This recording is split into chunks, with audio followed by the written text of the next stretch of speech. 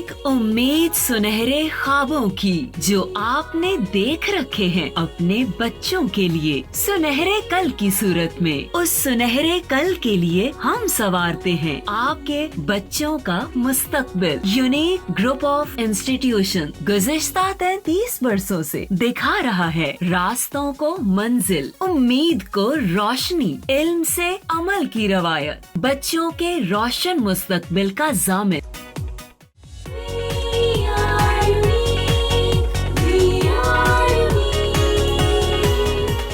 अस्सलाम वालेकुम स्टूडेंट्स। बेटा लेक्चर नंबर 64 में हम डिस्कस कर रहे हैं question number 5 and question number 6। थोड़ा सा प्रीवियस लेक्चर का मैं एक रिव्यू दे दूं। हम एक बड़ी इंपॉर्टेंट सी दो बातें डिस्कस कर चुके हैं। ये मैं पुराने वाले लेक्चर में भी बताया था, फिर बता रहा हूँ। हमने पढ़ा था रिपल्शन को कि repulsion is sure test of charge on body. अगर दो ऑब्जेक्ट्स एक दूसरे को रिपेल कर रहे हैं तो उसका मतलब है कि दोनों चार्ज होंगे। और एक हमने बड़ी इंपॉर्टेंट सी बात डिड्यूस की थी अपने प्रीवियस लेक्चर में कि जो अट्रैक्शन है that is not a sure test of charge on body. Attraction is not a sure test of charge on body कि जो अट्रैक्शन है वो श्योर टेस्ट नहीं है चार्ज का। और एक और हमने एक फिनोमिनन डिस्कस किया था इलेक्ट्रोस्टैटिक इंडक्शन का। इलेक्ट्रोस्टैटिक इंडक्शन का एक फिनोमिनन डिस्कस किया था जिसमें हमने ये पढ़ा था कि इन प्रेजेंस ऑफ चार्ज बॉडी किसी भी इंसुलेटेड कंडक्टर पर कि एक एंड पर लाइक चार्जेस आ जाते हैं और दूसरे एंड पर अनलाइक चार्जेस, यानी उस एक एंड के रेफरेंस से दूसरे पर दूसरा चार्ज आएगा। यानी एक एंड पर हम अगर सिंपल सी बात करें तो एक एंड पर पॉजिटिव चार्ज आ जाएगा और दूसरे एंड पर कौन सा चार्ज आ जाएगा, नेगेटिव। आ जाइए बेटा अब अपने ज़रा क्वेश्चन नंबर 5 की तरफ। उसमें हमने पढ़नी है एक इंस्ट्रूमेंट पढ़ना है इलेक्ट्रोस्कोप को, उसका वर्किंग प्रिंसिपल देखना है और उसकी कंस्ट्रक्शन देखनी है। छोटा सा क्वेश्चन है, बड़ा इंपॉर्टेंट क्वेश्चन है। इलेक्ट्रोस्कोप क्या है जी? ध्यान से आपने चीज़ें मिक्स नहीं कर देनी। एक इलेक्ट्रोस्कोप है और एक हमने चैप्टर नंबर 12 में पढ़ा था एंडोस्कोप। एंडोस्कोप मेडिकल इंस्ट्रूमेंट था। इलेक्ट्रोस्कोप क्या है? This is an electrical instrument है, इलेक्ट्रिकल और बड़ा सेंसिटिव है। इलेक्ट्रिकल सेंसिटिव इंस्ट्रूमेंट, या आप खाली यही लिख लें, it is a sensitive instrument लिख लें। इलेक्ट्रिकल मैंने इसलिए बताया कि हम जो भी काम करना है, ठीक है, मेडिकल फील्ड के अंदर ये यूज़ नहीं होता इलेक्ट्रोस्कोप का, ठीक है जी। तो इलेक्ट्रिकल इंस्ट्रूमेंट है और एक सेंसिटिव इंस्ट्रूमेंट है, ठीक है। हम इसको यूज़ क्यों करते हैं? क्या चीज़, किस चीज़ के लिए हम यूज़ करते हैं? ये यूज़ होता है जी 3 कामों के लिए। 3 काम कौन से? पहला वाली चीज क्या? Detecting the presence of charge, detecting the presence of charge, presence of charge. इस चीज को डिटेक्ट करने के लिए, फॉर एग्जांपल मेरे पास ये एक ऑब्जेक्ट है, मैंने ये चीज देखना है कि इसके ऊपर चार्ज है या नहीं है, ठीक है, इसके ऊपर कोई चार्ज एग्जिस्ट कर रहा है या नहीं कर रहा। तो उसके लिए मैं क्या कौन सा इंस्ट्रूमेंट यूज़ करूँगा? इलेक्ट्रोस्कोप का। दूसरा ये किस चीज़ के लिए यूज़ होता है? It is use to detect the type of charge. भाई किस तरह का चार्ज है? यूज टू डिटेक्ट, डिटेक्ट क्या करता है?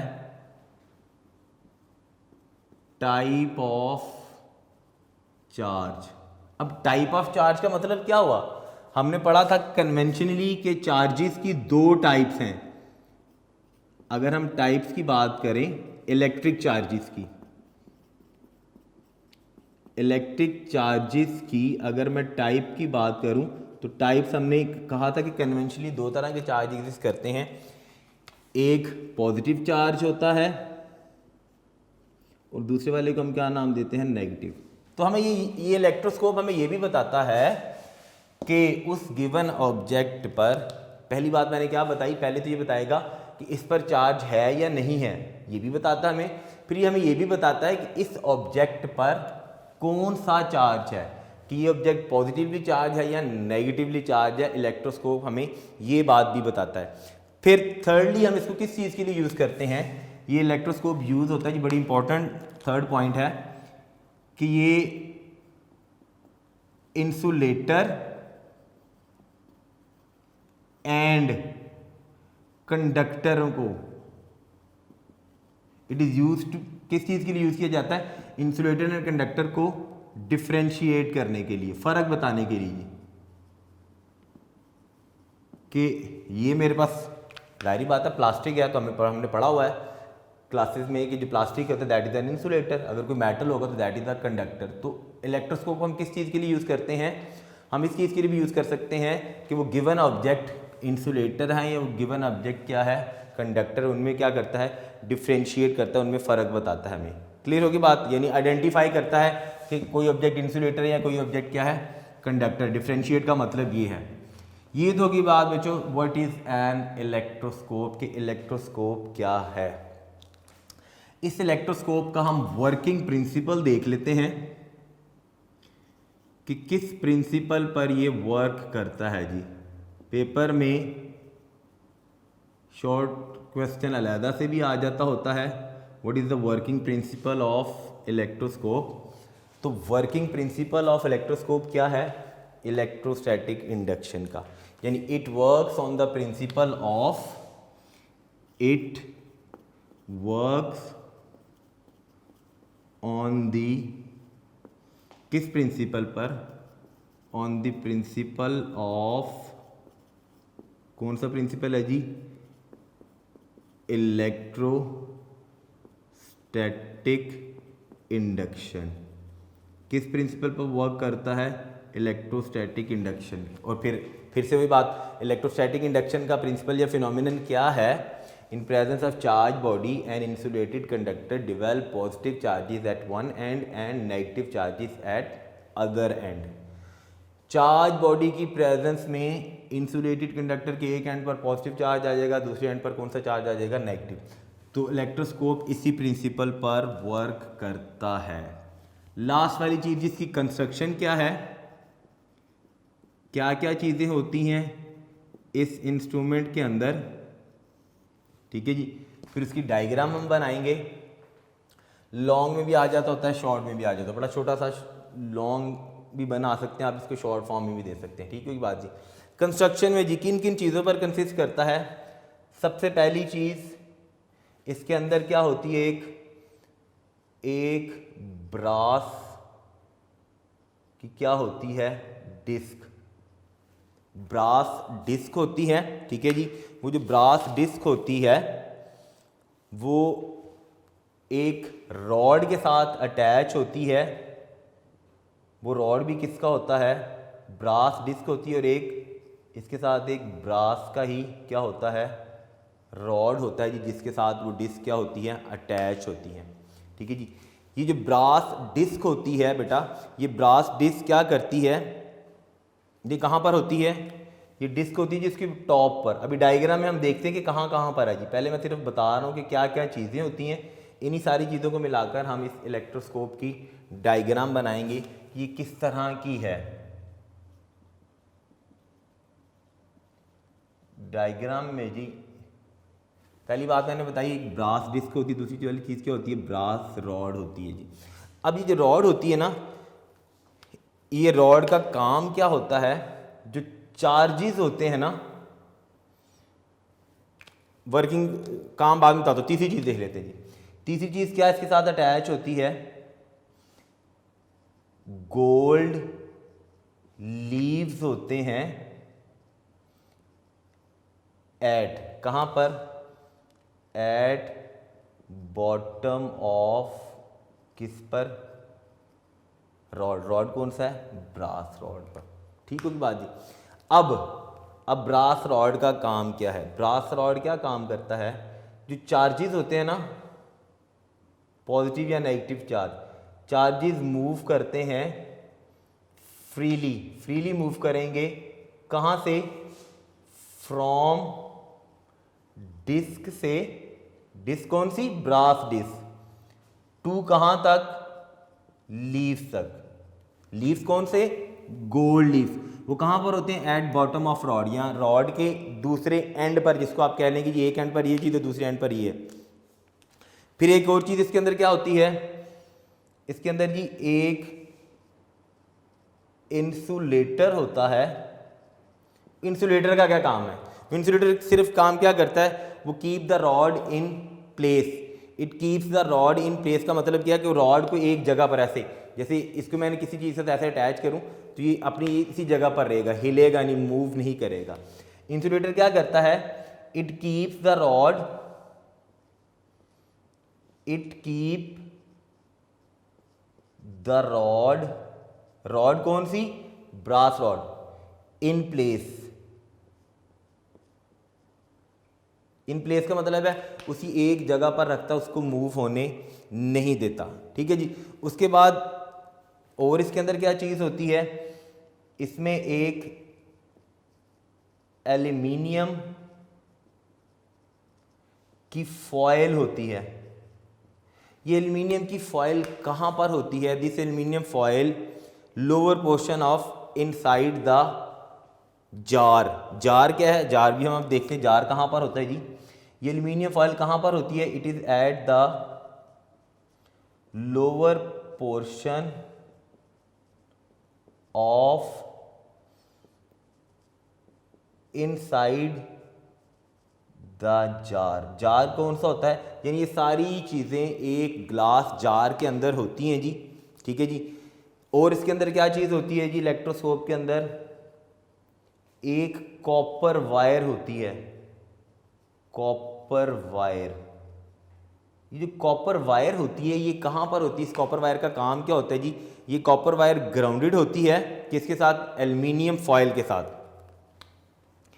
ये कॉपर वायर ने क्या किया होता है, एक्चुअली एल्यूमिनियम फॉयल को, जिसको मैं कहता हूं ना ग्राउंडेड किया होता है।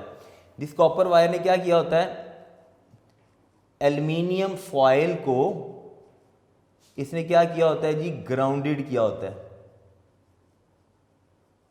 ग्राउंडेड करने की वजह क्या है, ताकि इलेक्ट्रोस्कोप के बाहर से जो इलेक्ट्रिकल डिस्टर्बेंस है चार्जेस की वजह से वो ना हो। यानी ये क्या करती है, ये आउटर कौन सी वाली चीज, बाहर वाली, आउटर जो बाहर वाले चार्जेस है ना, आउटर चार्जेस की इलेक्ट्रिकल डिस्टर्बेंस को रोकती है, इलेक्ट्रिकल डिस्टर्बेंस से लीव्स को सेव करती है एक्चुअली। ठीक है। और लास्ट पे ये सारी की सारी चीज़ किस चीज़ के अंदर होती है, एक ग्लास जार में जी। ये तो जी इसकी कंस्ट्रक्शन। अब इन सारी चीज़ों को मिलाकर हम अपनी इलेक्ट्रोस्कोप बना लेते हैं जी। इलेक्ट्रोस्कोप किस तरह की आपको नज़र आएगी, डायग्राम देख लीजिए कि जिसकी ध्यान से आपने देखी, बड़ी सिंपल सी। अब मैं ये पहले सबसे पहले चीज़ बनाने लगा हूँ, एक ग्लास जार बनाने लगा हूँ जिसके अंदर मैंने ये सारी चीज़ प्लेस करनी है।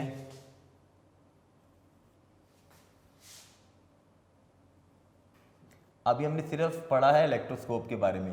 हम अपने क्वेश्चन नंबर 6 में जो ये लिखा ना मैंने point, detecting the presence of charge, कि इलेक्ट्रोस्कोप किसी भी ऑब्जेक्ट पर चार्ज है तो उसको कैसे डिटेक्ट करेगी। ले जी, this is a glass jar. ये हमने एक जार बनाया,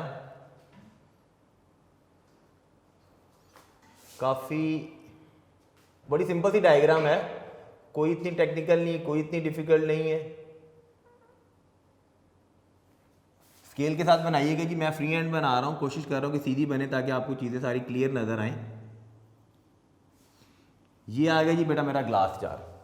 लेबलिंग कर लेते साथ साथ इसकी। This is a glass jar,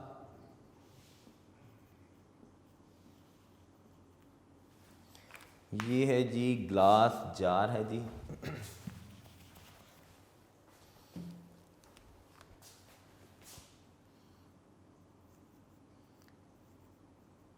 glass jar जी, ठीक है जी। इस ग्लास जार में मैंने कहा था क्या चीज़ है, एक ब्रास डिस्क और एक ब्रास रॉड।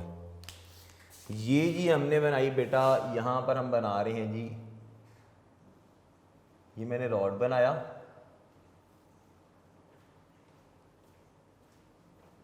इस जार के अंदर है जी। स्ट्रेट स्ट्रेट बनानी है आपने, स्केल के साथ बेटा सीधी सीधी लाइंस ड्रॉ करनी है, रॉड स्ट्रेट है बिल्कुल, ठीक है जी। ये जी मैंने बनाया, दिस इज अ रॉड। कौन सा वाला रॉड है, ब्रास रॉड। इसको भी लेबल कर लेते हैं जी, दिस इज, ये क्या है जी, this is a brass rod था जी। अच्छा मैंने क्या कहा था, ब्रास रॉड की टॉप पर क्या होती है, एक ब्रास डिस्क होती है जी। ले जी, इसकी टॉप पर यहाँ पर ये हमने, आप इस डिस्क की फॉर्म में बना लें, सर्कुलर बना लें, जैसे मर्जी बना लें जी। ये जी ऐसे एक डिस्क लगी होती है इसके ऊपर, और ये डिस्क भी किस चीज़ की है, दिस इज, डिस्क भी किस चीज़ की है, ब्रास डिस्क है जी। टॉप पर ब्रास डिस्क है जी, this is a brass disc. Clear हो गया जी। फिर हमने लिखा था गोल्ड लीव्स होते हैं एट बॉटम ऑफ रॉड। ये रॉड का बॉटम है ना, नीचे वाला, यानी मैं ये कह लूँ कि इसकी एक एंड पर ब्रास डिस्क लगी होती है और दूसरे एंड पर क्या लगे होते हैं, लीव्स लगे होते हैं जी, गोल्ड लीव्स होते हैं जी। देखिए ये मैंने 2 लीव्स बनाए,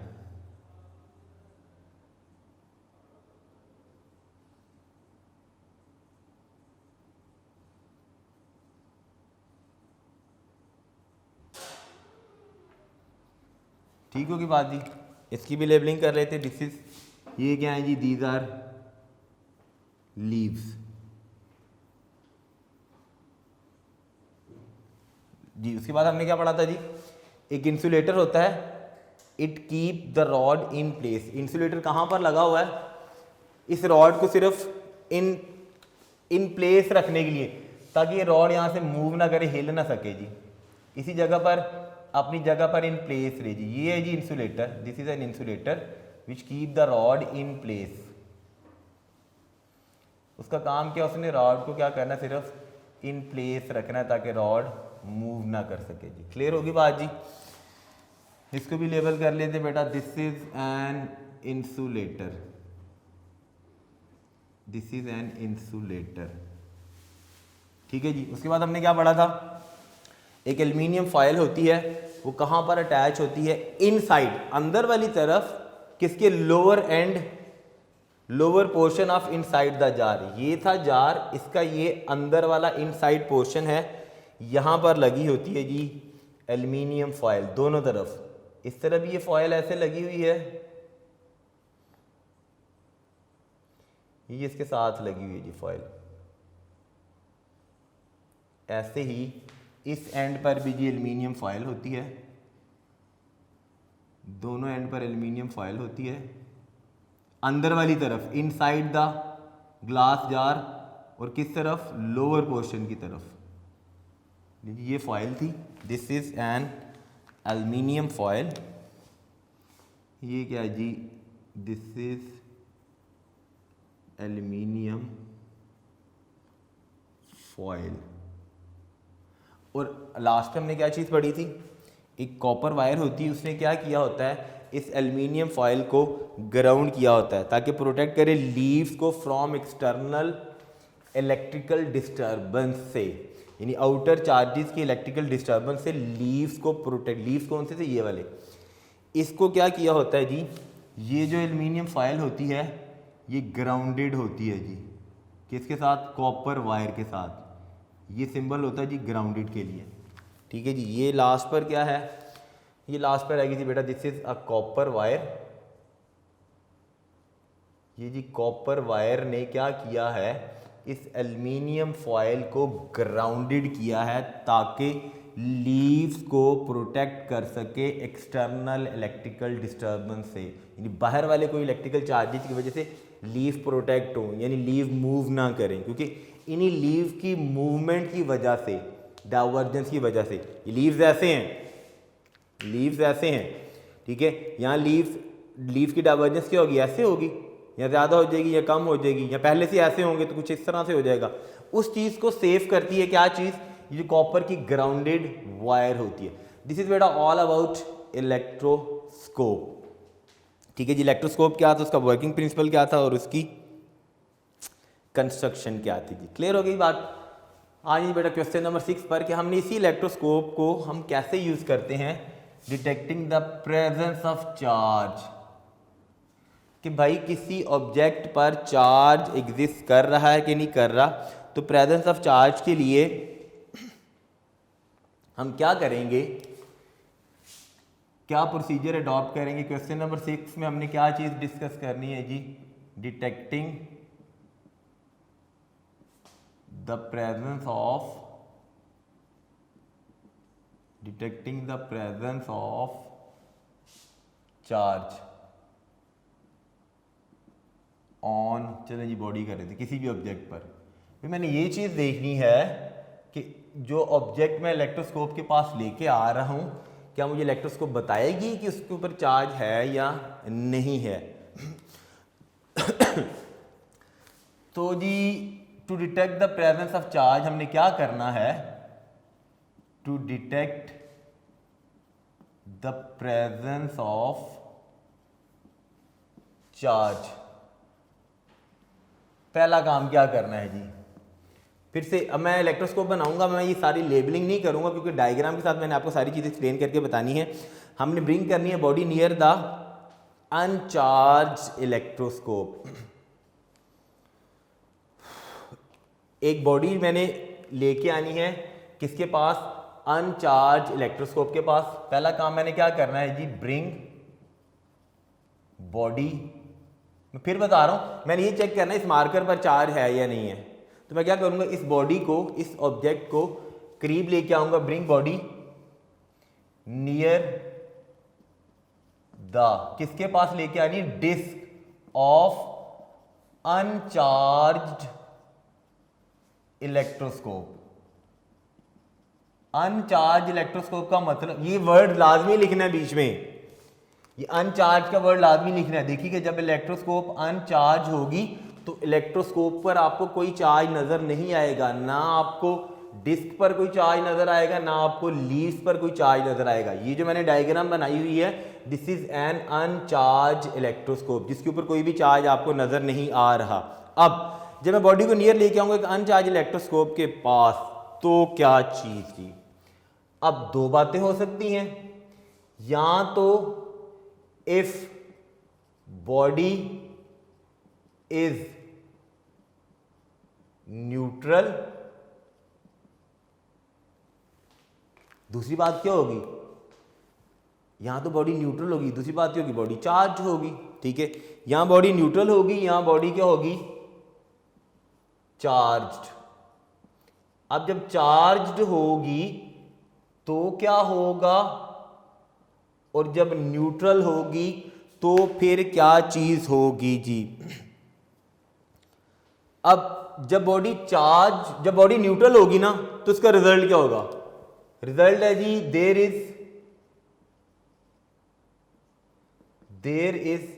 इज से पहले फिर एक और बात बता दूं, ये जो लीव्स मैंने आपको बिल्कुल ऐसे नजर आ रहे हैं, इन लीव्स की मूवमेंट ऐसे हुए, ज्यादा हुए, पहले से ऐसे थे, कम हो गए या ज्यादा हो गए, ये तीन मैं मूवमेंट्स बताई हैं।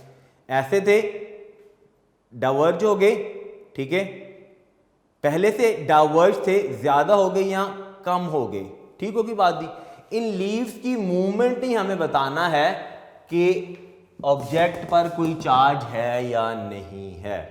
अब मैंने पहली बात क्या बताई, if the body is neutral there is no divergence in leaves, भाई लीव्स में कोई भी डाइवर्जेंस नहीं होगी। तो देखते हैं जी क्या होता है जी, बिल्कुल डायग्राम बनानी है आपने, इस पॉइंट के साथ आपने डायग्राम बनानी है। If the body is neutral there is no divergence in the leaves. ले जी मैं फिर इलेक्ट्रोस्कोप बना रहा हूं, अब हमने लेबलिंग नहीं करनी, हमने सिर्फ अपना मेन पॉइंट डिस्कस करना है कि जब मैं न्यूट्रल बॉडी लेके आऊँगा तो लीव्स में कोई भी डाइवर्जेंस नहीं होगी। वो पॉइंट हमने शो करके बताना है जी। ये थी जी इलेक्ट्रोस्कोप।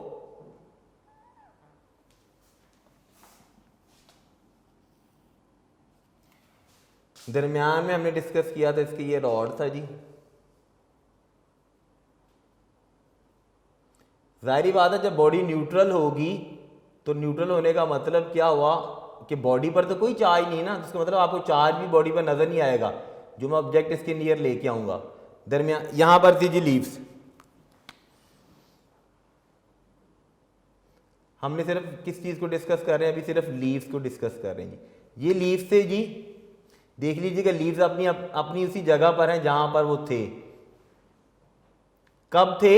जब मैं इसके पास लेके आया हूं एक इस डिस्क के, फिर बता रहा हूं डिस्क को टच नहीं करना, सिर्फ उसके नियर लेके आनी है। आप टच करेंगे तो कोई और काम हो जाएगा, ठीक है, वो हम बाद में डिस्कस करेंगे कि डिस्क को टच करने से क्या होता है। मैंने सिर्फ ये लिखा था bring the body near the disc of, फिर बता रहा हूं अनचार्ज होगी। ये मेरे पास अनचार्ज इलेक्ट्रोस्कोप है, आपको इसके ऊपर कोई भी चार्ज नजर नहीं आ रहा। जिसके पास मैं एक ऑब्जेक्ट लेके आया, अगर वो न्यूट्रल था, मुझे तो नहीं पता ना क्या था, मैं सिर्फ बता रहा हूं कि अगर बॉडी न्यूट्रल होगी,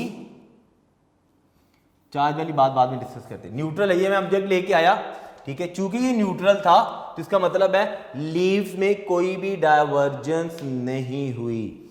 अब अगर बॉडी क्या होगी, अगर बॉडी पॉजिटिवली चार्ज होगी या बॉडी नेगेटिवली चार्ज होगी तो उसका दूसरी बात हम डिस्कस कर रहे थे, अगर बॉडी चार्ज्ड है, भाई अगर चार्ज्ड है तो मुझे पता होता है ना कि चार्ज में या तो वो नेगेटिवली चार्ज होगी, नेगेटिवली चार्ज है, या वो क्या है पॉजिटिवली चार्ज है।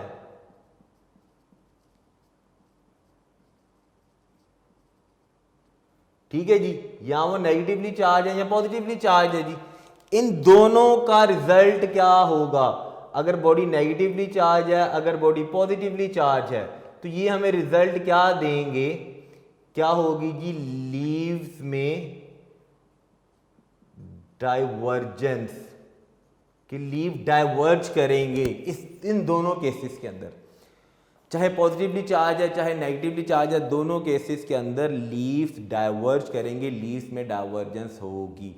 अब हमने ये देखना है कि डाइवर्जेंस किस तरह की होगी, नेगेटिवली चार्ज होगा या पॉजिटिवली चार्ज होगा, उसका रिजल्ट क्या होगा।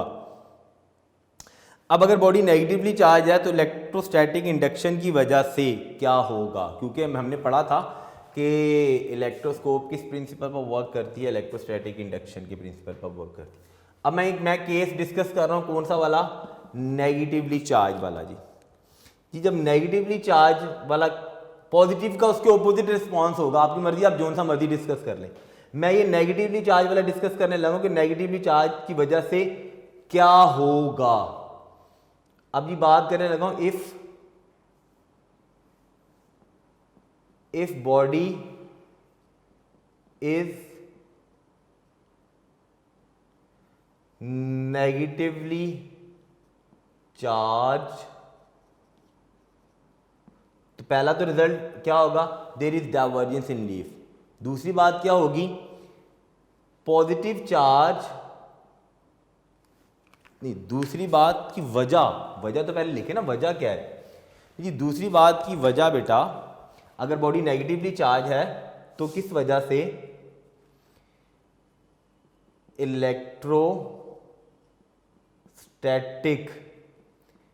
इंडक्शन की वजह से क्या होगा,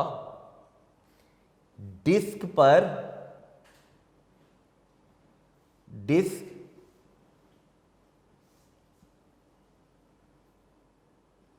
हैविंग कौन सा चार्ज आ जाएगा, पॉजिटिव चार्ज, और दूसरी क्या चीज थी, लीव्स पर कौन सा चार्ज आ जाएगा, हैविंग नेगेटिव चार्ज। एक तो काम ये होगा ना, पहला तो काम ये हुआ जब हम नेगेटिवली चार्ज बॉडी को क्योंकि हम नेगेटिव का केस डिस्कस कर रहे हैं, पॉजिटिव का मैंने बताया था इसके ऑपोजिट रिस्पॉन्स होना है। जब मैं नेगेटिवली चार्ज बॉडी को इलेक्ट्रोस्कोप की डिस्क के पास लेके आया तो पहला काम क्या होगा, इलेक्ट्रोस्टैटिक इंडक्शन की वजह से डिस्क पर पॉजिटिव चार्ज आ जाएगा, लीव्स पर कौन सा चार्ज आ जाएगा, नेगेटिव। देखिए कि जब लीव्स पर नेगेटिव चार्ज आएगा तो नेगेटिव चार्ज आने की वजह से क्या होगा, डाइवर्जेंस लीव्स ऑफ इलेक्ट्रोस्कोप क्या करेंगे, रिपेल करेंगे, एंड डाइवर्ज बिकॉज लीव्स के ऊपर कौन सा, सिमिलर एक जैसा चार्ज आ जाएगा। अब आपको उसकी शक्ल कैसी नजर आएगी इलेक्ट्रोस्कोप की, ये काम हुआ। ये काम होने से क्या होगा, जब लीव्स पर नेगेटिव चार्ज आएगा ना तो लीव्स में क्या आ जाएगी, डाइवर्जेंस। डाइवर्जेंस का मतलब है अपनी असल जगह से हिल गए। लीव्स में आ जाएगी डाइवर्जेंस। क्यों डाइवर्जेंस आ जाएगी, बिकॉज इसलिए कि लीव्स कैरीज कौन से चार्ज, एक जैसा, सिमिलर चार्जेस। और हमने पढ़ा था चैप्टर के स्टार्ट में कि जो सिमिलर चार्जेस यानी लाइक चार्जेस जो होते हैं, यानी जो लाइक चार्जेस होते हैं वो क्या करते हैं, वो तो एक दूसरे को रिपेल करते हैं। तो ये डाइवर्जेंस रिपेल हो रहे होंगे क्योंकि लीव्स कैरी सिमिलर चार्जेस। अब एक अहम सारी बात डायग्राम अभी बना के मैं समझाता हूं कि लीव में जो डाइवर्जेंस है ना, डाइवर्जेंस इन लीव्स किस चीज पर डिपेंड करती है, डिपेंड्स अपॉन जितना उनके ऊपर चार्ज है, amount of charge they carries, कि भाई जितना ज्यादा चार्ज है उतनी डाइवर्जेंस, अगर कम चार्ज होगा तो कम डाइवर्जेंस होगी जी। लीजिए अब जरा देख लें कि जब नेगेटिवली चार्ज बॉडी को हम इलेक्ट्रोस्कोप की डिस्क के पास लेके आ रहे हैं तो हमें किस तरह की नजर आएगी, क्या डाइवर्जेंस, क्या चेंजिंग आएगी जी। लीजिए फिर से बना लें वही इलेक्ट्रोस्कोप। ये डायग्राम बना के आपने शो करके बताना है। लीजिए ये मैंने बनाई रॉड, इस रॉड के पास मैंने यहां पर बनाई है जी डिस्क, ठीक है जी। इसको हमने जी प्लेस किया, यहां पर है जी ये black black, this is an insulator which keeps the rod in place, ठीक है जी। यहाँ पर जी बेटा जी ये इसको कंप्लीट करते हैं जी इलेक्ट्रोस्कोप को जी।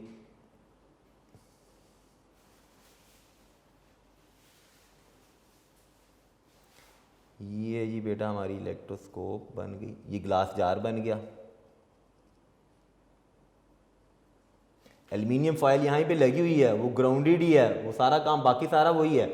हमने सिर्फ वो चीज़ डिस्कस करनी है जो हम कर रहे हैं जी। मैंने क्या कहा था, हम कौन सा रॉड लेके आ रहे हैं, नेगेटिवली चार्ज। पॉजिटिव का क्या सीन होगा वो भी मैं बता देता हूं, ठीक है जी।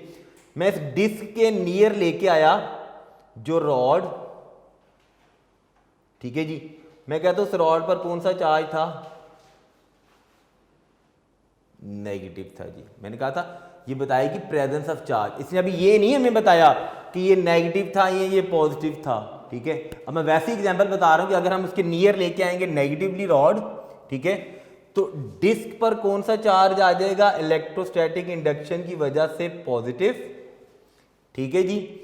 नेगेटिव चार्जेस को इस नेगेटिवली चार्ज रॉड ने क्या किया, रिपेल किया।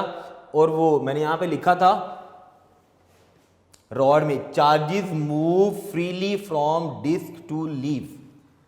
नेगेटिव चार्जेस किसने रिपेल किया, वो फ्रीली मूव करके किसके पास चले जाएंगे, लीव्स के पास। जब लीव्स के पास चले जाएंगे तो लीव्स पर तो सिमिलर चार्ज आ जाएगा। जब सिमिलर चार्ज आ जाएगा तो लीव्स में क्या आ जाएगी, डाइवर्जेंस। अब वो अपनी असल पोजीशन से वो क्या हो जाएंगे, डाइवर्ज हो जाएंगे जी। डाइवर्जेंस की वजह क्या थी, because leaves carry similar charges, एक जैसा चार्ज था। अब एक जैसा चार्ज कौन सा वाला चार्ज होगा, दैट इज लीव्स पर कौन सा चार्ज आना है, नेगेटिव। भाई नेगेटिव आया तो नेगेटिव नेगेटिव एक दूसरे को क्या करते हैं, रिपेल करते हैं। तो रिपल्शन की वजह से ही इन लीव्स पर में क्या आ गई है, डाइवर्जेंस, ये लीव्स अपनी असल जगह से फैल गई। अब ये डाइवर्जेंस इंडिकेट किस चीज़ को कर रही है? This divergence is indicating that कि जो हम रॉड लेके आए हैं ना इसके पास, ये रॉड क्या है? ये चार्ज था, यानी इसके ऊपर कोई चार्ज एग्जिस्ट कर रहा है, ये चार्ज था। लेकिन अभी भी उसने ये नहीं बताया कौन सा था। तो मैंने एग्जांपल बताई ना कि अगर मैं नेगेटिवली लेके आऊं तो ये काम होगा। अब अगर मैं इस रॉड को पॉजिटिव रॉड इसके पास लेके आया तो पॉजिटिव से क्या होना है वो अब आपने वर्बली जुबानी सुन लेना है।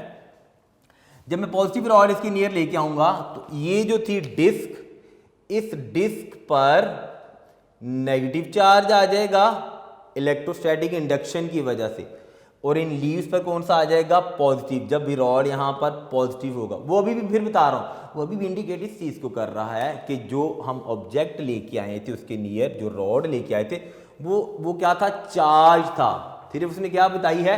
Detecting the presence of charge, कि भाई चार्ज है या नहीं है। ये नहीं बताया कौन सा है। ये तो मैं बता रहा हूँ डाइवर्जेंस हुई, फैलने की वजह क्या थी? कि लीव पर सिमिलर चार्ज आ जाएगा।